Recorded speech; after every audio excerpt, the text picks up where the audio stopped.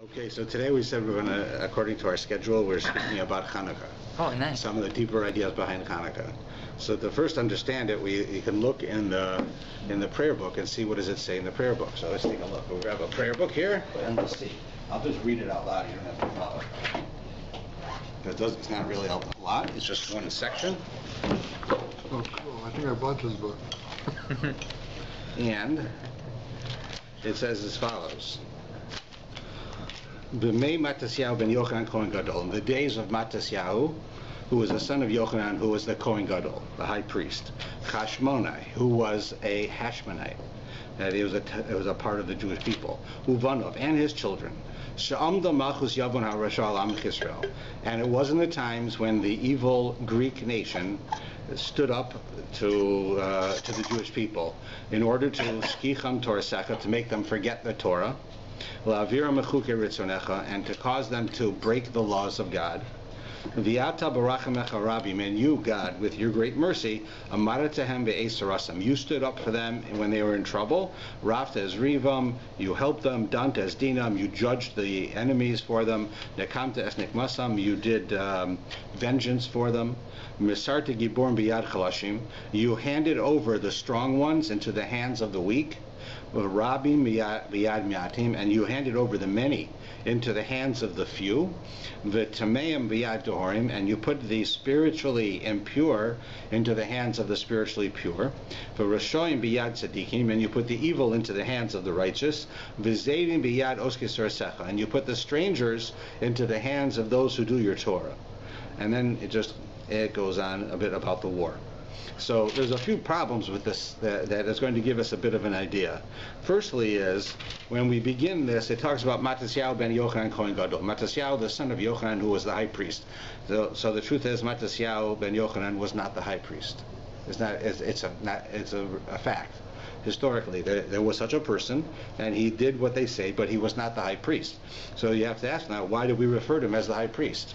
The next thing it says that the evil Greek nation, right, stood to try to destroy the Jewish people, to stop them from being Jews. So it says that what do they want to do? They wanted to make them forget the Torah, not do the will of God. Right? It doesn't say anywhere that they want to kill them, right, which a war does.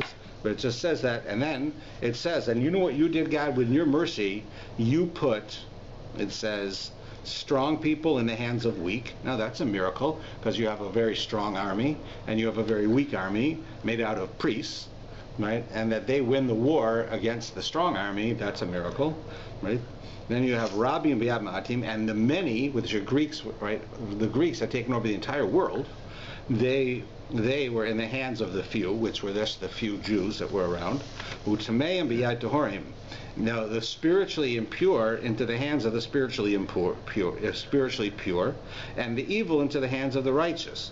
Now, this is problematic, because who says that the impure are stronger than the pure, or evil are stronger than righteous? Right? Many are stronger than few, and a trained army is stronger than a bunch of people who aren't trained.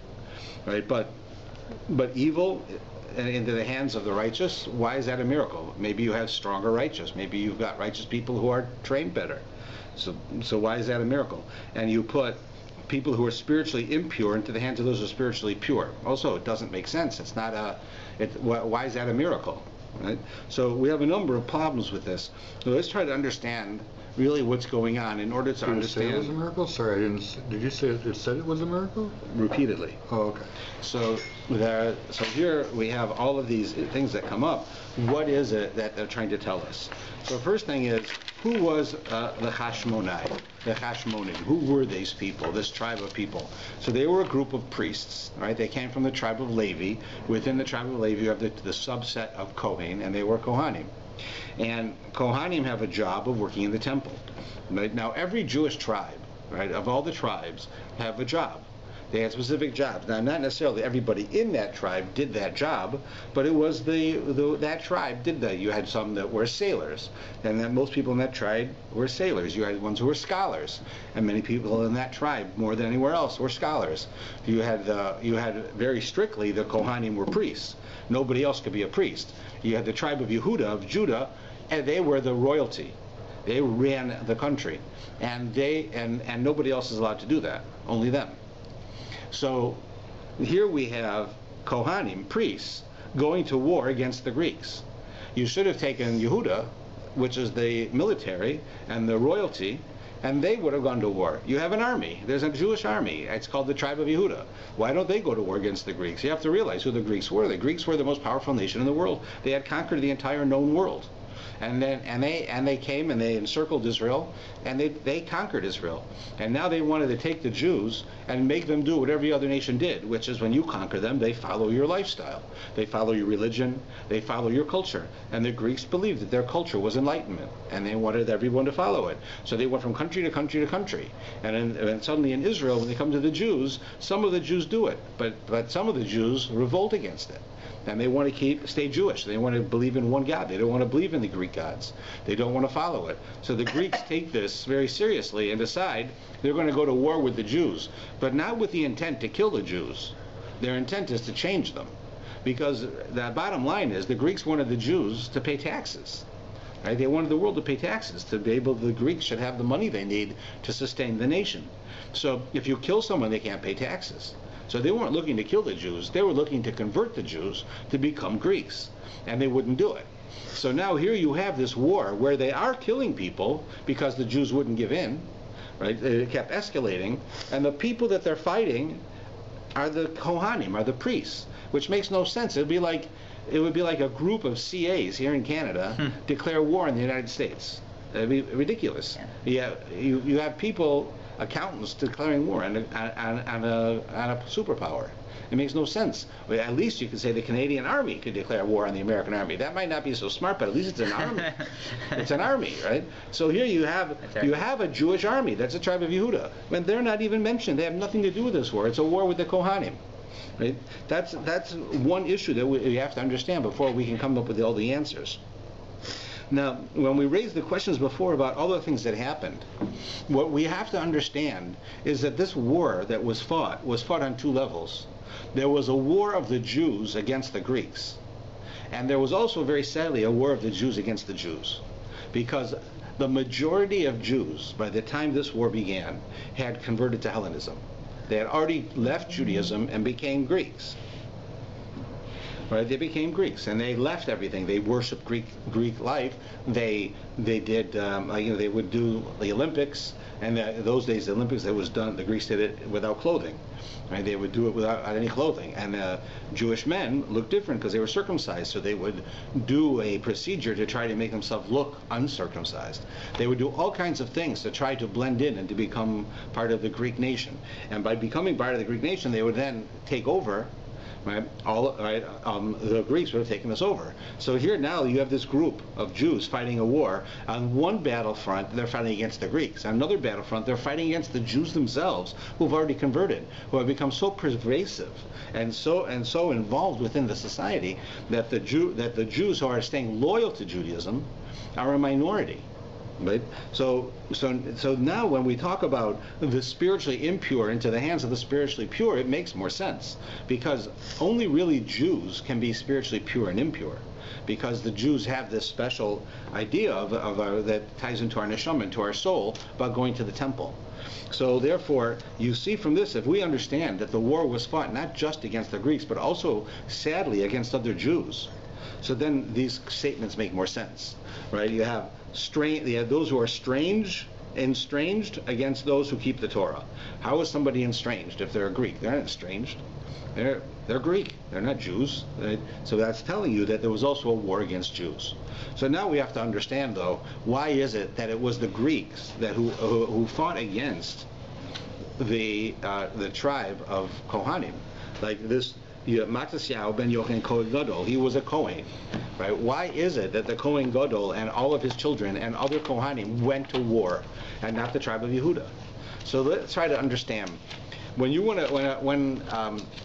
in Judaism, when we look in the Torah, we find some very interesting things in relation to Kohanim that is different than we find with other people. For instance, in the military, the military requires people in general to wear uniforms. One of the reasons they wear uniforms is so there should be uniformity, so that every person should look the same, and then they would not act out according to their own feeling. Like, let's say, you have 100 people, and the sergeant says, I want you to go up that hill and conquer this hill. And one guy says, no, I'm going to go and conquer that hill. Well, they don't want him to, right? Because he's going to get people killed, including himself, by doing something against what the military tells him to do. So therefore, they do many things to try to cause people to lose their individuality. One of them is that people in the army wear uniforms. In Judaism, it could have been that the tribe of Yehuda wore uniforms, but you don't see mention of it. What you do see mention of it is another group that wore uniforms, and that was the Kohanim. The Kohanim wore uniforms, and that was to teach a very important thing. There's an argument in the Talmud. The Talmud asked the question, who are the Kohanim servants of? Who are they working for? Are they working, when they're giving a sacrifice, are they working for the Jewish people to take care of their sacrifices and offer it to God? Or are they working for God? And that they help with the sacrifices, but they're working on behalf of God. Which side are they working on? Are they working on behalf of God or on behalf of the Jewish people? It doesn't have a big, to us, it doesn't make a big difference. But there's different legal aspects as to why that answer should be one or the other. The end result was that they were considered to be working for the Jewish people. And that is to say that when the Jewish people would come into the temple and they'd have to offer a sacrifice, let's say a person had to offer a sin sacrifice. They did something by mistake wrong, and they have to offer a sacrifice. So they schlep their cow through the old city of Jerusalem, walking through all this little narrow ways and down the stairs, and they bring the cow into the temple, and they hand it to a Kohen. So you'd think maybe, the Kohen in these sacrifices gets to keep some of the food. He keeps some of the meat. He eats it. He shares it with his family, he can do things with it, depending on what kind of sacrifice it is. If the Kohen has that ability, right, that he can go and do these things, so then people will pick their friends. Right? Well, I want my friend to do it for me. A strange Kohen I don't need, I'll get my friend to do it. So one of the reasons that the Kohanim would wear uniforms, right, and they would all shave their heads, they would all be barefoot, so that they would look similar, so that people wouldn't pick one over the other. That whatever Kohen came, that's the one that was designated to help you. It wasn't that you could go and say, no, I want my friend. I want this guy, I want that guy. My cousin married into a family of Kohanim, I want him to do it. You can't do that. You had to go to the one who came. Because the Kohen wasn't an individual. The Kohen was a representative. Right? He represented. John the Kohen had no significance. It was that he was a Kohen, and he was doing something that you can't do in order for you to be able to fulfill a requirement. So therefore they wore uniforms, they shaved their heads, they looked very similar on purpose so that you would not pick one over the other, so that they would be uniform, so one wouldn't have his own feelings. Like in the army, where one guy decides he's going to go do something else, a Kohen can't decide, well, I'm going to do what I want to do. He can't. You have to do what you're supposed to do. You don't have your personal feelings, you do it based on the nation and what your job is as a Kohen, not as John the Kohen, but as a Kohen.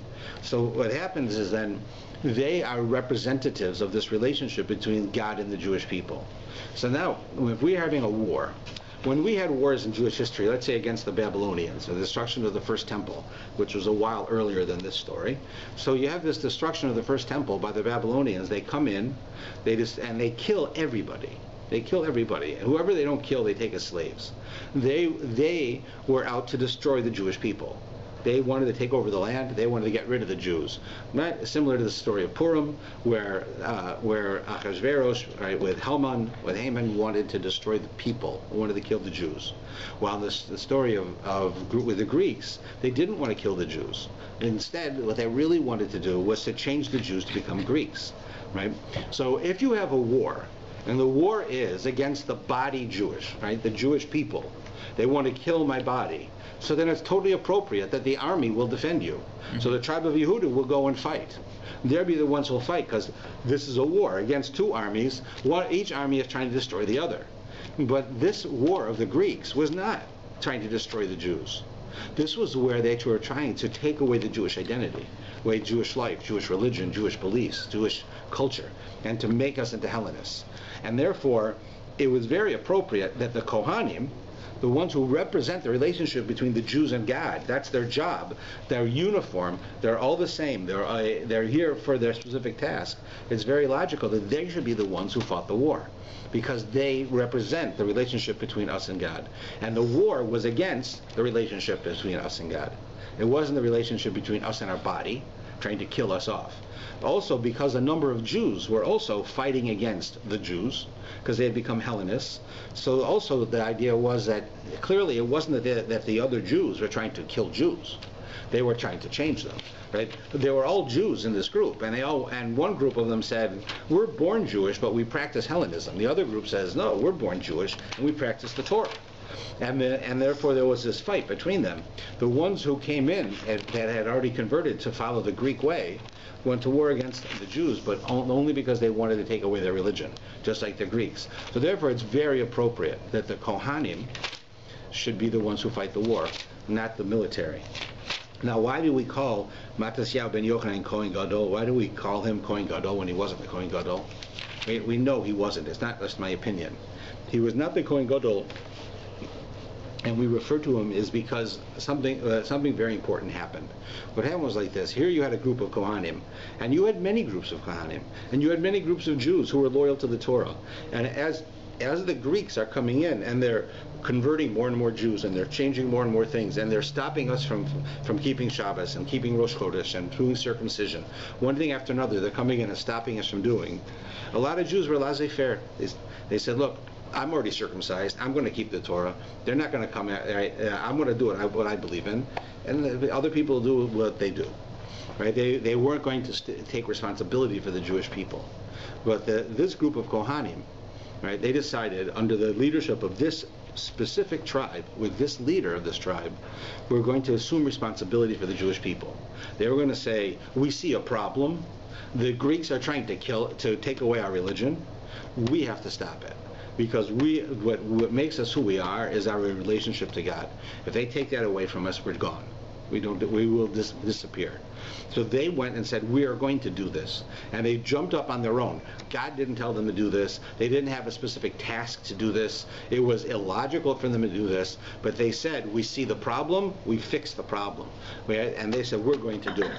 Therefore, the head of this group, even though he wasn't the Kohen Gadol, that he wasn't the high priest that did specific things in the temple, because of his actions, he assumed the role of leadership like the high priest, so that he's referred to as their high priest, even though really he wasn't.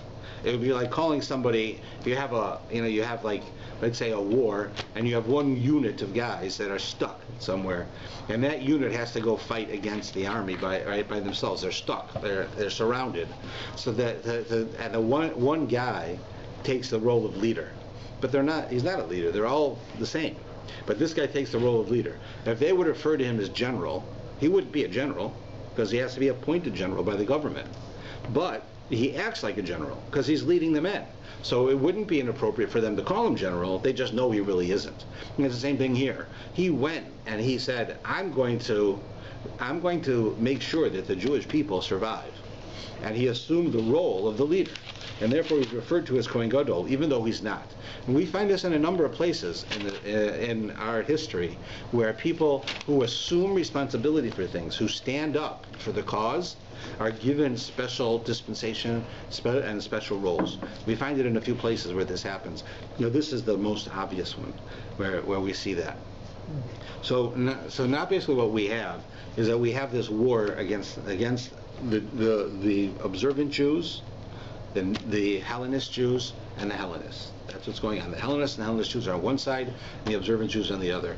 Now, before the war began, the Greeks, they wanted to convince the Jews to change. That was their idea. They didn't want to fight the Jews. They wanted to convince them, and they convinced many. But they came in with rules, and they said some of the different rules, and that they felt that these rules would destroy the Jewish people. Right? And I'll tell you what 3 of the rules were, and they're going to be very odd. And it says, what were they? It was that the Jews cannot keep Shabbat. They can't keep the Sabbath. They can't, right? It says they can't keep Rosh Chodesh, celebrating of the new month. It says that before a woman could get married, on her wedding day she had to go and sleep with the Greek mayor, right, the head of the Greek area where they were, before she could get married. And every Jew is required to write on the horn of an ox, "I have no portion in the God of Israel." That's what they told them. Now, this is very odd. What kind of odd rules are this? Why did the Greeks think that if we got the Jews to do this, then the Jews would become Greek? So let's look at it and see. So there are certain things that I misspoke on one of them, so I'll explain it again. There are certain things that we as Jews consider very fundamental to being Jewish. They're very important. We almost take it for granted because it's so fundamental to us that we don't even have to talk about it all the time. What those are is the family, it's marriage, and it's children.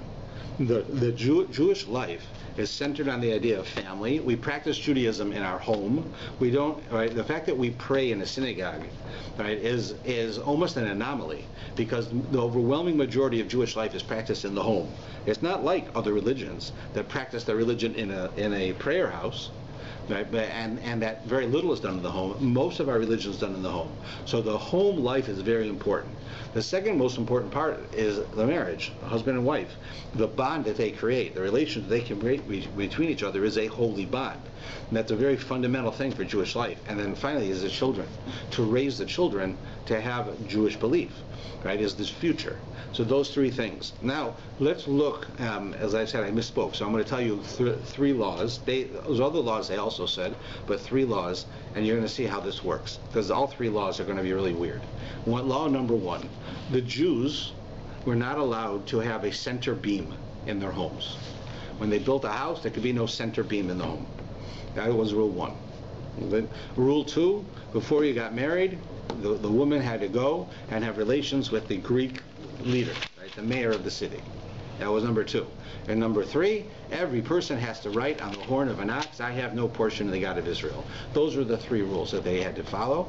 And how does that work? Well, what does it mean? What were the Greeks trying to say? What was their purpose? So let's look at them. When it says that there could be no beam in a Jewish house, the beam in the Jewish house is, for us, that's family. That's what that means. They say you can't have a beam. What does a beam do? A beam holds up the house. You have a beam going through the center of the roof.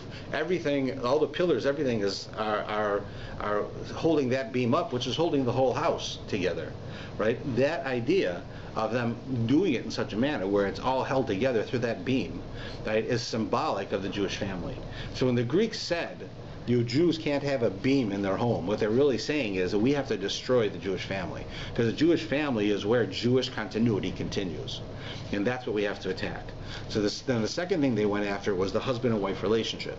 So they went and said that before you get married, which is a holy thing with us, or it's a relationship where the husband and wife, they have relations only with each other. They only spend time together. They build a house filled with Torah and Jewish life. Right? That's what they're doing. And that people who they do that, so they want to destroy it. How is that? They take the woman, right, and they have her have relations with a Greek, so that she will be, so to speak, affected by this. Right? It destroys the idea of Jewish marriage, because now the woman has been raped. She's been taken. Right? It doesn't. I don't mean it literally, but the point being is that this was an attack on Jewish marriage by making it so that if you want to get married, before you get married, the day you get married, your wife has to go and have relations with the Greek mayor. So that destroys the concept of marriage with our concept, because for us, marriage is a holy thing. The third thing is, and this is the most amazing one, you should write on the horn of an ox, "I have no portion in the God of Israel." Right? What does that mean?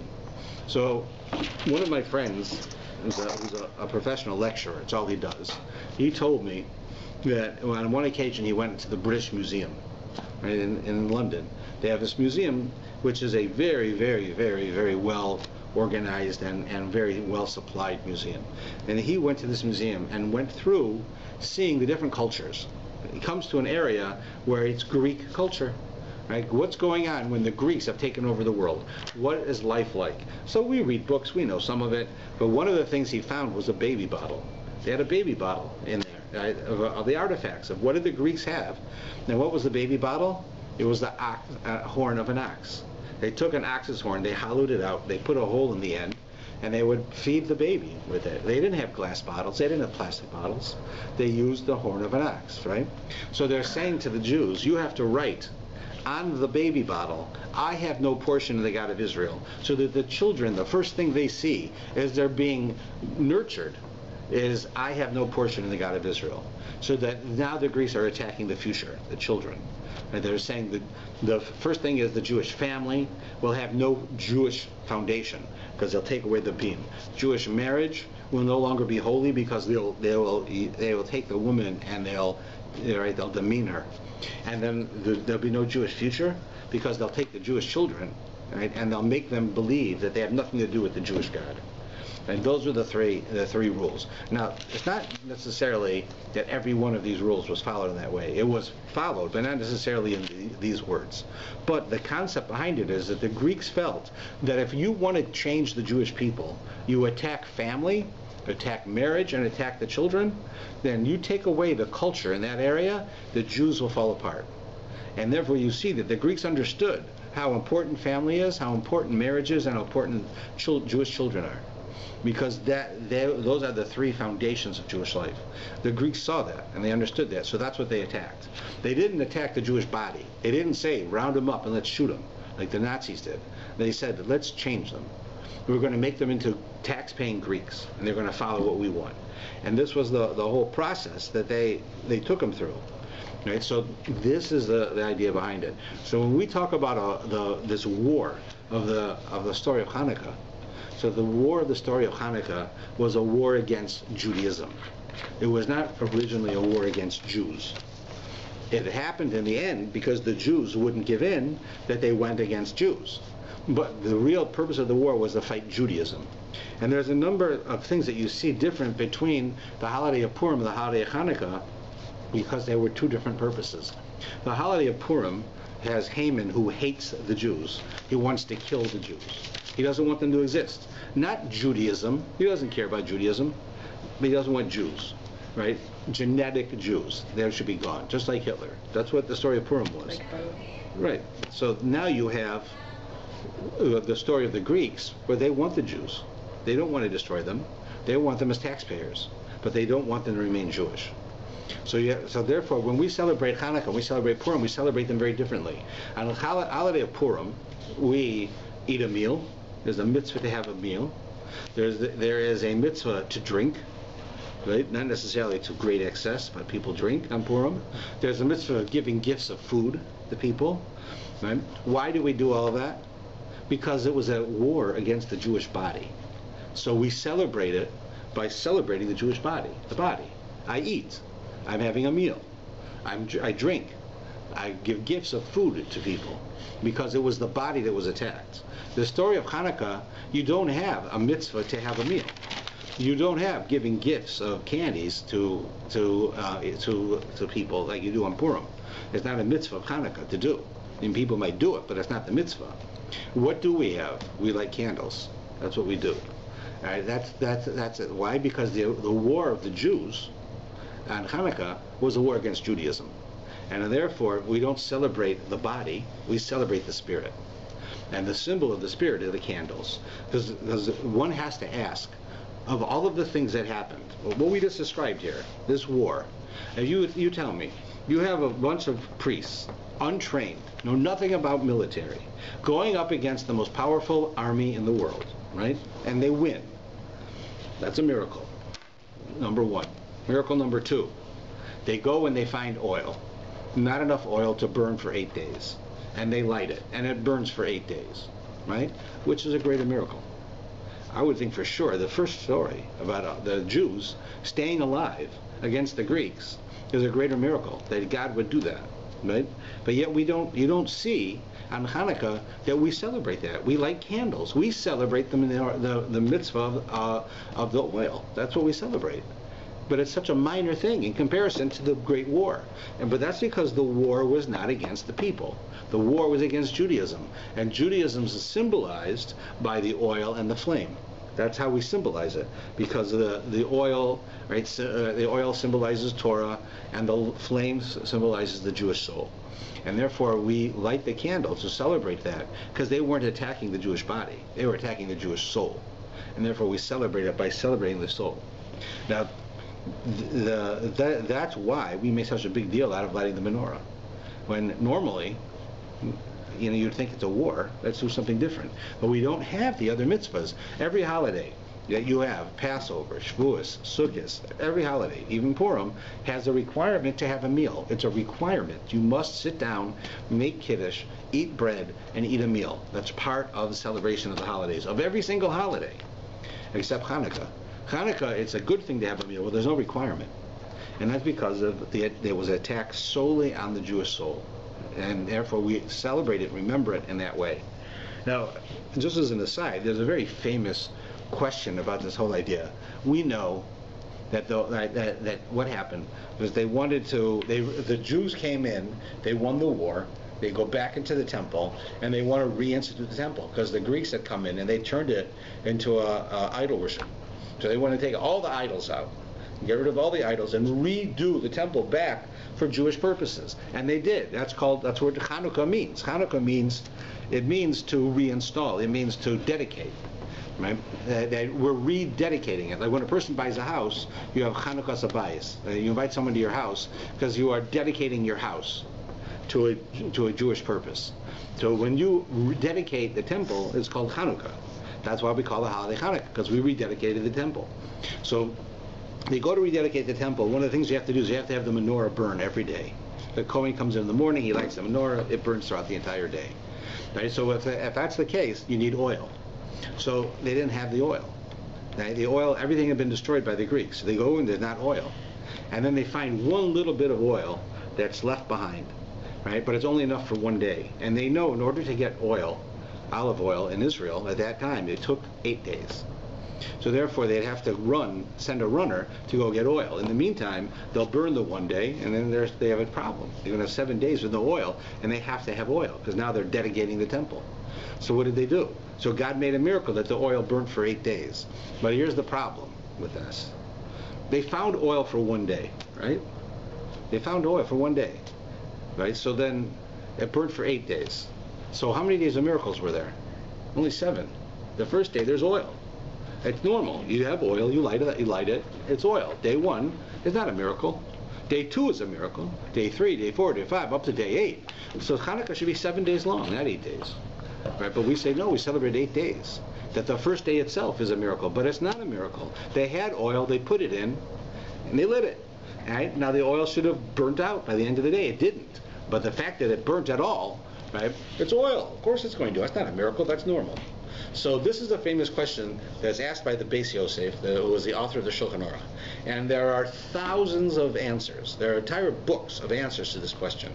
Everybody has all different types of answers that they come up with to try to say it. But a couple of them, just off the top of my head, I remember, that are very quite interesting. One of them is that they understood that they needed oil for 8 days, so they only put in 1/8 of the oil every day.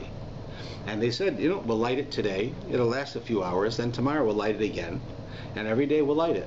So it'll last a couple hours. And what happened is they put enough oil to burn 2 hours on the first day, and it burnt the whole day. So the next day came, they put in oil for 2 hours, and it burnt the whole day. Right? So therefore the first day was a miracle, just like every other day. That's one answer. Another one is that one needs to understand that the fact that oil burns, right? We say that's nature. Oil burns. That's what it does, right? But that's also a miracle. Because what is nature? The sun rises every day. The sun sets every day. That's nature. But in Judaism they teach us that the fact that the sun rises every day and sets every day is also a miracle. It's just a miracle that happens every day. But it's miraculous. It's just we're used to it. God causes the sun to rise and causes the sun to set. That is miraculous. It's just that we're used to it, so it doesn't appear to be a miracle to us. So the fact that the oil burns on the first day at all, right, for us, we understand that's also a miracle. It's a miracle because we understand that within nature, within the laws of nature, we can understand now that even though something appears to be normal, it's also the hand of God is involved. Right? That's another way that they answer this, and there are many different approaches to how this is answered. But the whole point, though, is of all of the things right? That a person, that we're going to make the story of Hanukkah about, that we should say that the lighting of the menorah with 8 days of oil is the miracle that we're remembering, that you light this menorah in your house every day for 8 days. Because of that miracle is counterintuitive. It's not logical. The logic is that the Jews, a bunch of untrained priests who spend their time in the temple, were able to go to war with the most powerful army in the world, and they beat it. That's a miracle. That's something to celebrate. That's what we should be celebrating, but we don't. We celebrate the oil, and that goes back to the same reason, because it wasn't a war against our bodies. Even though it was miraculous that we won the war, but because they were attacking our beliefs, we remember that point by lighting the menorah. It's not just that they found oil that's important. It's also the fact that they attacked our soul. They wanted to take away our Jewish life, and God made it, and these people worked at it, that we would be able to live and to continue, just like oil. Just like oil, which symbolizes, we have many places that oil symbolizes Torah, and the flame symbolizes the soul of a person, and therefore when you light the oil with the flame of a person, that's symbolizing our spirituality, which reminds us of what the war was really about. And that's really the basis of Hanukkah. Hanukkah, it appears to us to be the Jewish answer to Christmas, or it appears to us to be a kid's holiday. But in reality, it's an extremely deep and extremely important and significant holiday, because at this point in history, we could have lost it. The Jews the majority of Jews had assimilated. They became Greeks. It was a small minority of Jews who remained truthful to the Torah. And when they were able to win this war and bring us back, so that today, here in 2011, we can sit in this room as Jews who practice Judaism, is because of what they did. Because if they didn't do this, Judaism would have been theoretically wiped out, because Jews would have stopped being Jewish. And they went and fought that war for us. So that's really what makes the real depth of importance on Hanukkah. And that's why the most amazing thing, and it shows you really how the world that we live in is always challenging us as Jews. Of any holiday that you have, as we have with Hanukkah, that would be an assimilationist holiday, the last one would be Hanukkah. Chanukah is a holiday that stands for do not assimilate, do not become like the non-Jews, do not give up Judaism. That's what it means, right? So what happens on Hanukkah? Hanukkah is celebrated along with Christmas at the same time. The non-Jews go and they go into the mall and they're playing their music and they got all their stuff going on, and the Jews go into the mall too. Right? Nothing wrong with going to the mall. We go into the mall too, and we start getting that spirit. We start hearing the songs and everybody's happy and they're smiling and we start smiling and we're happy and they're pushing us to buy things and we start buying things, and we go from celebrating a holiday that's a spiritual holiday to starting giving presents out. Right? We give out presents to our kids. Well, that's not a Jewish idea. That comes from the fact that we've assimilated. So of all of the holidays for us to say that Hanukkah is like the Jewish Christmas, that is the exact opposite of what Hanukkah means. Hanukkah means we are not like them. We are different. We will stand up and fight for our beliefs. And yet so many people, right, see it as the Jewish answer to this season. So it's like I was reading the paper today, that they, in the city of Markham, they wanted to light a menorah, right? Chabad has this custom of lighting menorahs in public places, right? It's an important thing for them in their belief system, so they go to lots of different public places. And I know from coming from a small town that when they do such a thing, for people from a small town especially, they get a lot of pride for being Jewish. Right? They see it. My menorah is being lit. Right? They see it. So in the city of Markham, they decided they weren't going to allow it. They weren't going to allow on the city grounds to light a menorah. And they said the reason was because it's a religious observance. Right? And we don't do religious observances on government land. It's the government. The government is not religious. We have no religion. So therefore, they said they wouldn't do it. So one of the city councilors went back and said, no, Hanukkah is not a religious holiday. Hanukkah is not at all religious. It's a celebration. And you don't have to be Jewish to celebrate. Everybody can celebrate it. So it reminds me of the same thing that they said about Christmas. When people wanted to put Christmas trees up in the city hall, in town hall, they would say, you can't, it's religious. And people say, it's not religious. Is that Christmas trees? Christmas is not religious. It's a day of brotherhood. It's a day of warmth and of friendliness. Everybody celebrates it. The fact that you tell us we can't say Merry Christmas to people is wrong. We should be able to say it. But the fact is, in my opinion, they're both of those things are equally incorrect. The observance of Christmas is a religious observance. Right? It's totally religious. It's not a Canadian thing. It's religious. And the observance of lighting a menorah is a religious thing.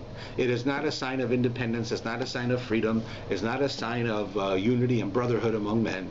It is a sign that the Jewish people fought against the assimilationist world that wanted to change us and take away our religion. And we fought them and won. But that's what it means. It's just the opposite. It's insulting that you have a city councilman to say that. Now, he means well. It was a Jewish city councilman. He was trying to make it so that they could light the menorah in the city hall. But by doing that, he's selling out exactly what we're doing. Why are we lighting the menorah? Because we are reminded of the Jewish soul, that God helped us so that even the great Greek army that wanted to destroy us, wanted to take away Judaism from us, couldn't do it. And therefore, we're showing that Judaism is eternal. And Hashem will make miracles to keep us eternal. We will continue. The eternity of the Jewish people is not a lie. That's what we're saying. You can't tell me that's not religious. It's insulting to say it's not religious. It is exactly what we fought against. It's exactly what we fought against. That's why it was. I read that in the paper today. It made me ill to see that, because it's really not the case, right? So this, now we have a little bit better understanding. Now, let's go through a couple of the customs. We have a few minutes left and understand it, right? Some people were at my home on a couple of weeks ago, so we had Rabbi Becher. He spoke about some of the customs. We'll talk about some of them in a little different way. There's really, other than the laws of Chanukah, which is lighting the menorah and the certain prayers, but we also had certain customs. One custom is to eat food with oily food. And that's because, of course, the oil is reminiscent of the oil that we light in the menorah. And specifically, we should use olive oil, right? Have olive oil. So when we eat latkes, right, what are we eating? We're eating potatoes fried in olive oil. That's what it really should be. Now, today people might not do it exactly that way, but that's the idea. Because we want to eat foods that have olive oil in it to remind us of the olive oil from the story of Chanukah, and that's where the custom comes from. We also have a custom to eat dairy on Chanukah, and that comes from the story of Yehudis. Yehudis was a Jewish woman who had had this occasion where she's going to get married, and then she had to go to the mayor of the city. So she went and she got him drunk. And how did he get him drunk? By giving him milk products. He wasn't drunk like you get drunk on liquor. He ate the milk and made him groggy, made him tired. And she was able to kill him. She cut his head off. She killed him. And then by virtue of the fact that she did that, his army was like so shocked that the head of the army was killed by this woman. Like, she shows him his head, that it totally turned the war, so that the Jews had the upper hand because of what she did. And here's one more example of how a Jewish woman saved the Jewish people. It happens all the time, in almost every holiday, but in this case as well. And because she fed him dairy products, we, like cheese specifically, we eat dairy products on Hanukkah, reminiscent of how that happened, how the dairy products assisted us in winning the war. So that we do that as well. Those are the custom of giving gifts, giving money to children. When it comes to money, that's a very old Jewish custom, that we gave money to children. There's many reasons for it that they can come up with, going back to the days of the Greeks, or simply to make the children happy. There's the idea, and it's very old. The idea of giving gifts is not. That's really an assimilation. We've picked that up from the non-Jewish world. Is it necessarily horrible? Not necessarily. But if you understand what's going on, then maybe it's not so bad, if you realize it. But that's where it comes from. If you look in books of the Jews in Europe, from 100 years ago, they didn't give gifts. Your great-grandparents didn't give gifts. They gave money. Right? And some of them gave money on one particular day, others on different days, but they gave money, they didn't give gifts. Because the fact that we give gifts is simply because we're inundated.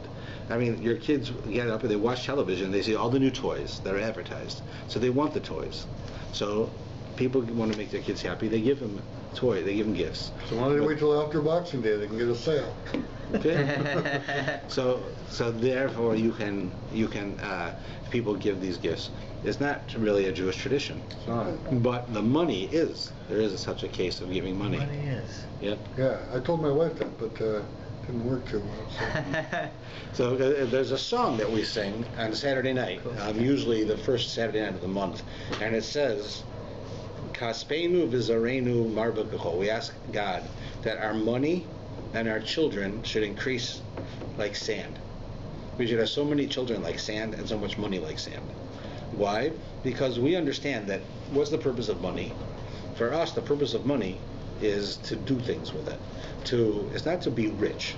It's to give charity. It's to do acts of kindness. It's to help people. It's to do mitzvahs. You don't have money, you can't give charity. You don't have money, you can't buy a lulav. You don't have money, you can't have latkes. You have to have money. Right? So we ask God for money. Money is not evil. You can do evil with it, you can do good with it. There is no morality in money. The morality is in people. So we have that ability. So when we say that, ask God to increase our money and our children, because our children are our future, and the money makes it possible for us to do what we need. You can't educate your child in Torah unless you have the money to pay for school, right? And it's not inexpensive. So it works in such a manner in every case that you have to be able to have it. So what's one of the bases why we give money on Chanukah, because it helps perpetuate Judaism. And it makes the children are happy, and the children can save the money, and then they can buy themselves a gift. Right? There's nothing wrong with that. But that's really the basis of it, right? Of giving them some every night present. So that's really the basis behind Chanukah, or at least one of the many ideas. There are many more, but the idea of Chanukah is really very, very, very different than what most people think. There's really much more depth to it, and it's also quite sad because a good portion of the fight that we had in Hanukkah was against our fellow Jews, right, which is the only time in history that we really had that, where we had the actually Jews fighting Jews, together with Greeks fighting Jews. We do it today. Who do I fight? I mean, I'm just saying that even today we have the problems with different Jews being whatever. People might not get along, but they don't kill each other. They don't kill each other. Were they killing each other? That's what it means. They went to war. Really? Yeah. The Jews were fighting. They were killing their own Jews people. were fighting against Jews. Right. At first, it was coercion and it was spying and telling the government that these Jews are studying Torah, and then it got to the point where there was actual fighting. That's why it says of the examples here. So it was a horrible thing. Right? To have fights among Jews is a horrible thing. Not just physical fights, even arguments that are unnecessary, even hatred is a horrible thing, and it's a very important thing to try to stop. But certainly to fight people like this physically, it's something that we don't have in our history other than this occasion. We actually have it happening. So Hanukkah was not a holiday of the unity of all Jews, of tolerance, and saying all Jews can get together and light the menorah. It was you followed the Judaism, you remained loyal to Judaism, and you're with us. And if you give it up and you become a follower of idol worship, which is what the Greeks did, they worshipped idols, then you're not with us.